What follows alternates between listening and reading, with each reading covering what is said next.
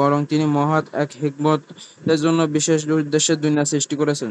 যেমন আল্লাহ তাআলা বলেন, যিনি সৃষ্টি করেছেন মরণ এ জীবন, যাতে তোমাদের পরীক্ষা করেন কে তোমাদের মধ্যে কর্মশ্রেষ্ঠ। সূরা মুলক আয়াত নম্বর 2। অপর আয়াতে আল্লাহ তাআলা বলেন, আমি পৃথিবী সহ সবকিছুকে পৃথিবীর জন্য শোভা করেছি, যাতে লোকদের পরীক্ষা করি যে তাদের মধ্যে কে ভালো কাজ করে। সূরা কাহফ আয়াত নম্বর 7। এই দুনিয়াতে ক্ষণস্থায়ী আনন্দ সামগ্রী, সন্তান সামগ্রী, সহায় সম্পদ, মরীচিকা, সাদৃশ্য, চাকচিক্যময় সম্মান, মর্যাদা ও নেতৃত্ব এবং আরো আনন্দদানকারী কতক জিনিস যে যে আল্লাহ সৃষ্টি করেছেন তা তিনি ছাড়া কেউ জানেন না। অধিকাংশ মানুষ দুনিয়ার বাহ্যিক বিষয়ে দৃষ্টি সীমাবদ্ধ রেখে তার ফিতনায় পতিত হয় এবং এর দ্বারা আনন্দ উপভোগ করা শুরু করেছে, কিন্তু এ দুনিয়ার তাৎপর্য সম্পর্কে কোনো চিন্তাও করে না। তাই এ পরকাল লোকেরা পরকাল বাদ দিয়ে শুধু দুনিয়া তথা অর্থ সম্পদ উপার্জন করে এবং তার দ্বারাই আনন্দ উপভোগে মত্ত রয়েছে। বরং অনেক সময় তারা মৃত্যু পরবর্তী জীবনকে অস্বীকার করে। এ ব্যাপারে আল্লাহ তাআলা বলেন, তারা বলে, আমাদের এ পার্থিব জীবনই জীবন, আমাদের পুনরায় জীবিত হতে হবে না। সূরা আনাম আয়াত নম্বর 29। দুনিয়ার বিষয়ে যাদের এরূপ চিন্তা ভাবনা, তাদের আল্লাহ তাআলা নিম্নোক্ত ওয়াদা দিয়ে বলেন, অবশ্যই যে অবশ্যই যেসব লোক আমার সাক্ষাতের আশা রাখে না এবং পার্থিব জীবন নিয়ে উৎফুল্ল রয়েছে তাতেই প্রশান্তি অনুভব করেছে, এবং যারা আমার নিদর্শন সমূহ সম্পর্কে বেখবর, এমন লোকদের ঠিকানা হলো আগুন, সেসবের বদলা হিসেবে তারা যা অর্জন করেছিল। সূরা ইউনূস আয়াত নম্বর ৭। অপর আয়াতে তিনি বলেন, যে ব্যক্তি পার্থিব জীবন ও তার চাকচিক্য কামনা করে, হয় আমি তাদের দুনিয়াতেই তার আমলের প্রতিফল দিয়ে ভোগ করে দেব এবং তাতেই তাদের কিছু তাদের প্রতি কিছুমাত্র কমতি করা হবে না। আর এরাই হলো সেসব লোক যাদের জন্য রয়েছে আগুন, যাদের জন্য আগুন ছাড়া কিছুই নেই। তারা এখানে যা করেছিল তা সবই বরবাদ হয়ে গেছে, আর যা কিছু উপার্জন করেছিল সবই বিনষ্ট হলো। সূরা হুদ আয়াত নম্বর 15-16। উল্লেখিত চিন্তাধারা সবিশেষে সবাইকে শাস্তি দেওয়া হবে, আর তারাও এই শাস্তির সম্মুখীন হবে যারা পরকালে নেক কাজ করে কিন্তু তা দ্বারা দুনিয়ায় অর্জন করতে চায়, আর মুনাফিক এবং লোক দেখানো নেকামলকারীরা। অপরদিকে পুনরুত্থান এবং হিসাবের দিবসে অবিশ্বাসী কাফেররা তো এর শাস্তি পাবেই, যেমন জাহিলিয়াত বা অজ্ঞতার যুগের লোকদের অবস্থা। সর্বনাশী মতবাদসমূহ যেমন পুঁজিবাদ, কমিউনিজম, নাস্তিক্যবাদ, সেকুলারিজম, ধর্মনিরপেক্ষতাবাদে বিশ্বাসী আল্লাহর ওয়াদাকৃত শাস্তি পাবে। তারা জীবনের কোনো মর্যাদাই বুঝেনি। পার্থিব জীবনের ক্ষেত্রে তারা দৃষ্টিভঙ্গি সামনে অগ্রসর হয়নি, বরং এরা চতুর্পাশ জন্তু থেকে অধিক পথভ্রষ্ট। কারণ এ সকল লোকেরা তাদের জ্ঞানকে অকার্য করতে নিজের শক্তিকে রহিত করে দিয়েছে, আর তারা সময়কে এমন অনর্থক কাজে নষ্ট করেছে যাতে তাদের জন্য কোনো কিছু অবশিষ্ট থাকেনি। তারা ভালো কাজে করে নিজেরা স্মরণীয় হয়ে থাকতে পারেনি এবং পরকালের জন্য কোনো আমলই করতে পারেনি। চতুষ্পদ জন্তুর জন্য অপেক্ষমান কোনো প্রত্যাবর্তনের স্থান পরকাল নেই। আহ, পশুর কোনো জ্ঞান নেই যা দ্বারা সে চিন্তা করবে। অথচ পূর্বোক্ত মানুষের বিষয়টি চতুষ্পদ জন্তুর থেকে ভিন্ন, কারণ তাদের জন্য অপেক্ষমান প্রত্যাবর্তনের স্থান পরকালীন জীবন রয়েছে এবং তাদের চিন্তাভাবনার জন্য জ্ঞান ও দেওয়া হয়েছে। এই জন্য আল্লাহ তাআলা তাদের ব্যাপারে বলেন, আপনি কি মনে করেন যে তাদের অধিকাংশ শোনে বা অথবা বোঝে? তারা তো চতুষ্পদ জন্তুর মতো, বরং তাদের আরো পথভ্রষ্ট। সূরা ফুরকান আয়াত নম্বর ৪৪। কেবল পার্থিব চিন্তাধারা লোকদের আল্লাহ তাআলা অজ্ঞ বলে আখ্যায়িত করে বলেন, আল্লাহর প্রতিশ্রুতি হয়ে গেছে, আল্লাহ তাআলা তার প্রতিশ্রুতি খেলাপ করেন না। কিন্তু অধিকাংশ লোক জানে না, তারা পার্থিব জীবনের বাহ্যিক দিক জানে এবং তারা পরকালের খবর রাখে না। সূরা রুম আয়াত নম্বর ৬-৭। এই সকল লোকেরা আধুনিক আবিষ্কার, কারিগরি শিল্পে দক্ষতার পরিচয় দিলেও মূলত তারা অজ্ঞ। জ্ঞানী বলে পরিচিতির যোগ্যতা তারা রাখে না, কারণ তাদের জ্ঞান দুনিয়ার বাহ্যিক বিষয়গুলোকে অতিক্রম করতে পারেনি, আর এটা নিশ্চিত অপূর্ণ জ্ঞান। এরূপ জ্ঞানের লোকেরা জ্ঞানের মতো মর্যাদাপূর্ণ মর্যাদাপূর্ণ শব্দের যোগ্য নয়, তাই এদেরকে জ্ঞানী বলা যাবে না। বরং জ্ঞানের শব্দটির যোগ্য হলেন তারাই যারা আল্লাহ সম্পর্কে সম্যক অবগত এবং তাকে ভয় করেন। আল্লাহ তাআলা বলেন, আল্লাহর বান্দাদের মধ্যে জ্ঞানীরাই কেবল তাকে ভয় করে। সূরা ফাতির আয়াত নম্বর ২৮।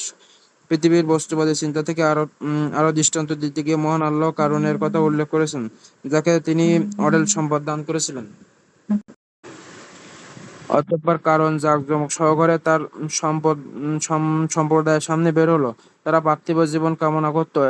তারা বলল, হায় কারণ, যা প্রাপ্ত হয়েছে যদি আমাদেরও দেওয়া হতো। যাদের দুনিয়া অর্জনের প্রবল আকাঙ্ক্ষা ছিল, তারাই কারুনের মতো অর্থ সম্পদে অর্জনের চেষ্টা করছিল। মূলত অর্থনৈতিক চিন্তাধারার বশবর্তী হয়ে তারা এরূপ আশা করছিল। যেমন কাফির রাষ্ট্রসমূহের অর্থনৈতিক ও আবিষ্কারের ক্ষেত্রে অগ্রগতি ও উন্নতির বর্তমান অবস্থা। আর অনেক দুর্বলী মুসলমানরা কিনা যা তাদের দিকে বিস্ময় ও অল্প আত্মতুষ্টির দিকে তাকায়, অথচ তারা একবারে খেয়াল করে না ওরা কাফির এবং ওদের জন্য ভয়। হয়েছে। তো এখন যে পাঠ সেটা হলো এই বস্তুবাদী মতাদর্শ বা মতবাদ জীবনের ক্ষেত্রে এবং মানুষের ব্যাপারে এই জিনিসগুলোর অপকারিতা, তার অনিষ্ট, এটা বলতে গিয়ে শেখ সালেহ আল ফাউজান হাফিজাহুল্লাহ ওয়া আমাদ্দাল্লাহু ফি উমরি ওয়া ওয়াফাকাহু লিমা ইউহিব্বু ওয়া ইয়ারদা ওয়া সাদ্দাদা খুতাহ ওয়া নাফা'a বিল ইসলাম ওয়াল মুসলিমিন, তিনি বলছেন যে এই ধরনের দৃষ্টিভঙ্গি, মতবাদ বা মতাদর্শ প্রধানত দুই প্রকার।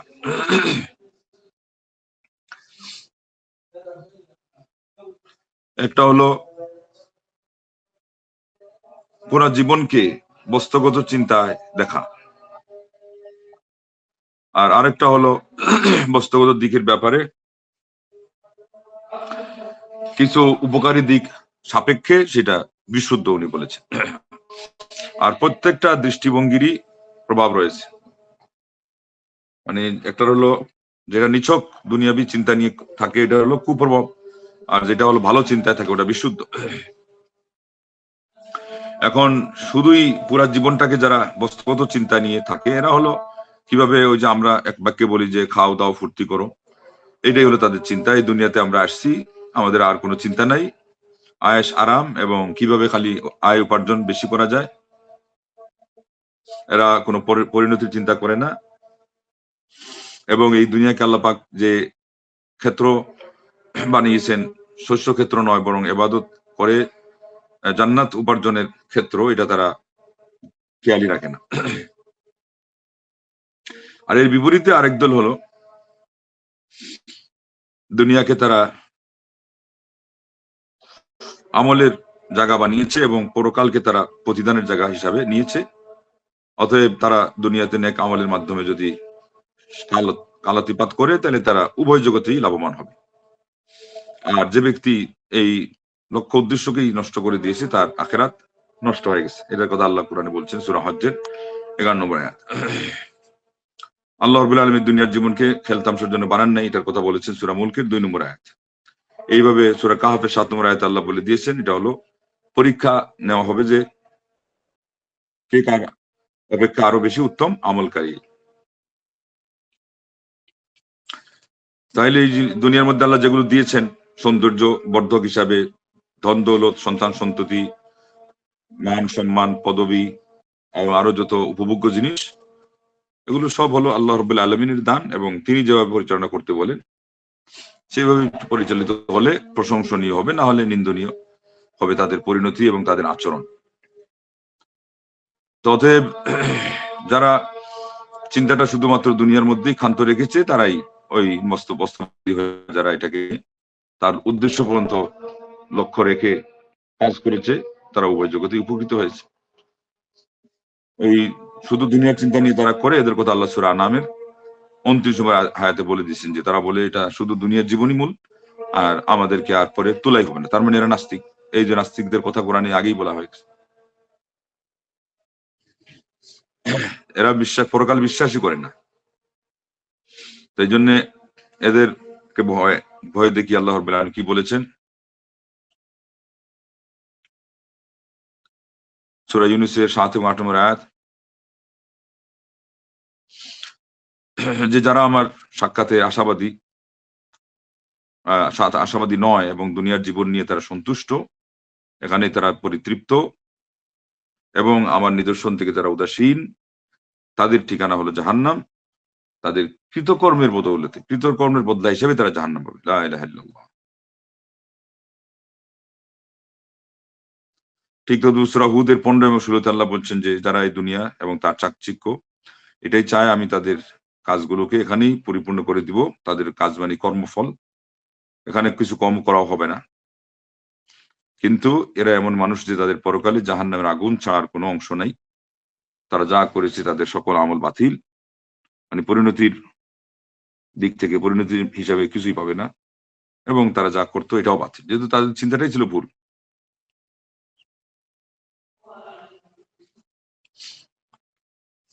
তো এই যে আল্লাহ রাব্বুল আলামিন মানুষকে যে ভয়ের কথা শুনিয়েছেন, এর মধ্যে সবাই শামিল, যারা পরকালের কাজও করে থাকে না কেন দুনিয়ার উদ্দেশ্যে, আর যারা দুনিয়াবি চিন্তা নিয়েই করুক না কেন, মুনাফিক হোক, লৌকিকতাকারী হোক, কাফির হোক, যে কাফির পরকালকে বিশ্বাসই করে না, হিসাবে বিশ্বাস করে না, জাহিলি যুগের কিছু লোক যেমন ছিল, এবং কিছু ধ্বংসাত্মক মতবাদের যারা বিশ্বাসী, ধ্বংসাত্মক কর্ম নীতি, তারা নীতিতে যারা বিশ্বাসী, তাদের হোক, এরা সবাই এর ভিতরে শামিল। লা হাওলা ওয়ালা কুওয়াতা ইল্লা বিল্লাহ। এর মধ্যে উনি বলছেন পুঁজিবাদী শামিল, সাম্যবাদী শামিল। এদের আরবি বলা হয়, পুঁজিবাদীর আরবি হলো রাসমালিয়া। রাসমাল অর্থ হলো পুঁজি, তার আসমালিয়া মানে পুঁজিবাদী। শয়ুইয়া এটা হলো নাস্তিক্যবাদী, এবং তাদের আরেকটা মতবাদ অর্থনৈতিক দিক থেকে হলো সে সবাই সমান, সাম্যবাদ। এই জন্য এদেরকে সাম্যবাদীও বলা যাবে, আবার কি সমাজতন্ত্রীও বলা যাবে। ওই পুঁজিবাদের বিপরীতে অর্থনৈতিক দিক থেকে যারা মনে করে যে এখানে কারো কোনো মালিকানাই নাই, যে যেখানে নিতে পারে না, ওইটাই হলো যারা নাস্তিকবাদ, এদের বিশ্বাস করে। এদের আরেকটা অর্থনৈতিক দিক হলো যে তারা অর্থের স্বাধীনতা বিশ্বাসী, যেখানে কারো কোনো বিশেষ মালিকানাই নেই। আর এর বিপরীতে পুঁজিবাদীরা হলো যারা বড় লোক, যাদের হাতে মূল ক্যাপিটাল আছে, যাদের হাতে ব্যাংক ব্যালেন্স বেশি আছে, ওরাই তাদের অধীনস্থ বানিয়ে অন্যদেরকে চালাবে। ওখান থেকে আসছে যে কেউ সাততলায় আর কেউ গাছতলায়। প্রতিবাদী কণ্ঠে বলা হয় যে এটা হবে না, কিন্তু পুঁজিবাদীদের মানসিকতা হলো এটাই যে আমরা সাততলায় থাকবো আর অন্যরা গাছতলায় থাকবে। সমাজবাদীরা এসে বলছে এটা হবে কেন, সবাই হয় গাছতলায় থাকবে আর না হলে সাততলায় থাকবে। কিন্তু এটা কোনোটাই সঠিক নয়। ইসলামী ইয়ে অনুযায়ী আল্লাহ যাকে যতটুকু দিয়েছেন ব্যক্তি মালিকানার স্বীকৃতি সেখানে আছে। পুরা জগতের মালিক হলেন আল্লাহ, কিন্তু একটা বাদশাকে আবার দেশের মালিক বলা যায়, আবার যে যেই কোম্পানির মালিক থাকে কোম্পানির মালিকও বলা যায়। নিয়ম হিসাবে যদি কেউ বাদশাহগিরিও করে, তাকে সরকার হিসাবে স্বীকৃতি দেওয়া হয়, তো সে ও দেশের মালিকও হতে পারে। কিন্তু মূল মালিকানা সুপার পাওয়ার আল্লাহর হাতে বিশ্বাস করে এই সমস্ত মালিকানাগুলোকে ইসলাম স্বীকৃতি দিয়েছে। সৎভাবে কেউ কোনো কিছুর মালিক হতেই পারে, প্রপার্টির মালিক কেউ হয়, কেউ আরো কোনো কিছুর মালিক হয়, এটা তো দুনিয়ার নিয়ম হিসাবে স্বীকৃত, এটা ইসলামের বিধান অনুযায়ী স্বীকৃত। যদি এটা না থাকে তাহলে অরাজকতা সৃষ্টি হবে। আর ওটাই করেছে কারা এসে আবার, এরা যেমন কুক্ষিগত করে ফেলছে ধন সম্পত্তিকে, ওই সমাজতন্ত্রীরা এসে করছে কি অরাজকতা সৃষ্টি করেছে। কারো কোনো মালিকানা নেই, মালিকানা নাই মানে যে যার উপর জবরদখল করে তার সম্পদ নিয়ে চলে যাবে, ছিনিয়ে নিয়ে চলে যাবে। আল্লাহু আকবার। তো ইসলাম কি করছে তাইলে, উভয় যেই যেই মতবাদ, একটা চরমপন্থী আর একটা হলো সর্বহারা, কুক্ষিগত করা, ওটা হলো চরমপন্থী। ওইদিকে মালিকানার দিনকে চরম হিসাবে নিয়েছে, চরমপন্থা হিসাবে। আর সমাজতন্ত্র এসে সর্বহারা হয়ে গেছে, মানে কারো মালিকানা নেই, লা হাওলা ওয়ালা কুওয়াতা ইল্লা বিল্লাহ। যে যেটাই দখল করতে পারে সেটা তা। তো এটাও ধ্বংসাত্মক। কিন্তু এখানে উনি ওই অর্থনৈতিক দিকটাই বোঝাচ্ছেন না, বরং এটা এখানে প্রধান নয়। এখানে হলো মূলগতভাবে উনি এক শব্দ দিয়ে বলে দিচ্ছেন যে ধ্বংসাত্মক, ধ্বংসযোগ্য বিশ্বাস। কেননা এদের মূল হলো কি, এরা আল্লাহকে মানে না, অর্থনীতিতে এরা কেউ আল্লাহকে মানতেছে না। এই জন্য এগুলো হলো ইসলাম বিরোধী মতবাদ। আলমানিয়া ইলমানিয়া তারা যেটাই বলো, ওইটারই প্রতিবাদ করতে গিয়ে কিছু কথা উনি বলেছেন যে ইলম থেকে, তারা নাম বলে ইলম থেকে, আসলে ইলম না, এটা আলমানিয়া। এটা আরো অন্য শব্দ, অন্য থেকে আসছে। কিন্তু ইলমানিয়া তারা বলতে চায় যে আমরা এটা প্রজ্ঞাপূর্ণ মতবাদ তৈরি করছি। কোথায় প্রজ্ঞাপূর্ণ মতবাদ তৈরি করলো? এই করতে গিয়ে তারা এখানে চতুরতার আশ্রয় নিয়ে এটাকে নাম দিচ্ছে বাংলাতে ধর্ম নিরপেক্ষ। আসলে ধর্ম নিরপেক্ষ নয়। তারা প্রথমে রাজনীতিকে মানুষের জীবন থেকে আলাদা দেখতে চায়, জীবনের সাথে রাজনীতির সম্পর্ক নেই। কারণ রাষ্ট্র, পার্লামেন্ট এগুলো আলাদা। তো পার্লামেন্ট থেকেই তো আইন, বিচার, সিদ্ধান্ত এগুলো হবে। তো এটা যদি ধর্ম থেকে আলাদা হয়, সে সময় ধর্ম থাকবে শুধু মসজিদ মাদ্রাসা কেন্দ্রিক। তাই এটা তো ইসলাম পশ্চিমকালও গ্রহণ করে না। এটা বিদ্রোহেরও গ্রহণ করে না। তো অতএব এটা হলো, এইটাই হলো আরেকটা শত্রুতার নাম দিয়ে ইসলামকে জীবন থেকে আলাদা করা। তো বাস্তবতা এটাই প্রমাণ করছে যে তারা পার্লামেন্ট থেকে ইসলামকে পার্লামেন্ট দিয়ে অন্য অঙ্গন থেকে আলাদা রাখতে চায় না, বরং এই কথা স্লোগানের হিসাবে তারা রাখে। আর উদ্দেশ্য হলো মানুষের ফসলুদ্দিন আনিল হায়া। তারা স্লোগান বলে যে ফসলুদ্দিন আনিস সিয়াসা, রাজতন্ত্র রাষ্ট্র থেকে, রাষ্ট্র পরিচালনা থেকে দিনকে আলাদা করা, কিন্তু আসল তাদের টার্গেট হলো ফসলুদ্দিন আনিল আনিল হায়া, যে মানুষের জীবনের A to Z সবগুলো থেকে এই ধর্মকে আলাদা করা। এরপরে যেটা আসছে হলো ইলহাদিয়া। ইলহাদ এটা হলো, ওইটাই হলো সুস্পষ্ট হবে যারা নাস্তিক, যারা আল্লাহকে অস্বীকার করে, যে সবগুলো হলো ধ্বংসাত্মক। তো এই জন্য বলেন যে এরা কেউই দুনিয়ার আসল উদ্দেশ্য বুঝতে পারে নাই, সেই জন্য তাদের জীবনটা হলো কি চতুষ্পদ জন্তুর মতো, খালি খাওয়া আর দাওয়া আর আনন্দ উপভোগ করা। আল্লাহ পাক এদের প্রতিবাদ করছেন সূরা ফুরকানের 34 নম্বর আয়াতে, যে তারা শুনেও না, তারা বুঝেও না, এরা হলো চতুষ্পদ জন্তুর ন্যায়, বরং তার চেয়ে আরো মারাত্মক পথ হারা। আবার সূরা রুমের 6 গিয়ে বলছেন যে আল্লাহ রাব্বুল আলামিন ওয়াদা দিয়েছেন, তার ওয়াদা খেলাফ হয় না। কিন্তু মানুষ বেশিরভাগ বুঝে না, যে তারা দুনিয়ার জীবনের বাহ্যিক দিকটাই বুঝে, কিন্তু পরকাল থেকে তারা উদাসীন। এবং এরপরে আল্লাহ বলছেন যে আল্লাহকে প্রকৃতপক্ষে ভয় করে শুধুমাত্র ওলামারা। সূরা কাসাসের 59-79 নম্বর আয়াত। এগুলো সব দেখে নিলে আমরা বুঝতে পারবো যে তাদের মূল রহস্যটা কি।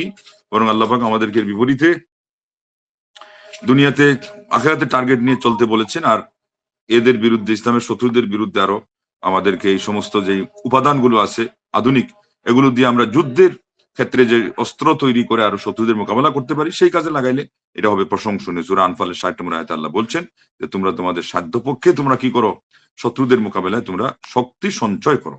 তো এখান থেকে আমাদের শিক্ষণীয় বিষয় হলো, দুনিয়ার জীবনের সাথে বৈধভাবে যেগুলো আমরা কাজে লাগাইতে পারি সেগুলো লাগানো জায়েজ আছে।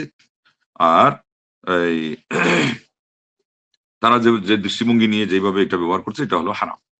এরপরে পড়া হয়েছিল কিনা জানি না, যে দ্বিতীয় দৃষ্টিভঙ্গি, এটা হলো বিশুদ্ধ দৃষ্টিভঙ্গি। এটা হলো এই দুনিয়ার জীবন থেকে উপদেশ নেওয়া, গ্রহণ করা, এবং আল্লাহ পাক কাউকে যদি মাল সম্পদ দেন, ক্ষমতা দেন, পাওয়ার দেন, তো এটা একটা মাধ্যম হিসাবে নিবি পরকালকে অর্জন করার জন্য।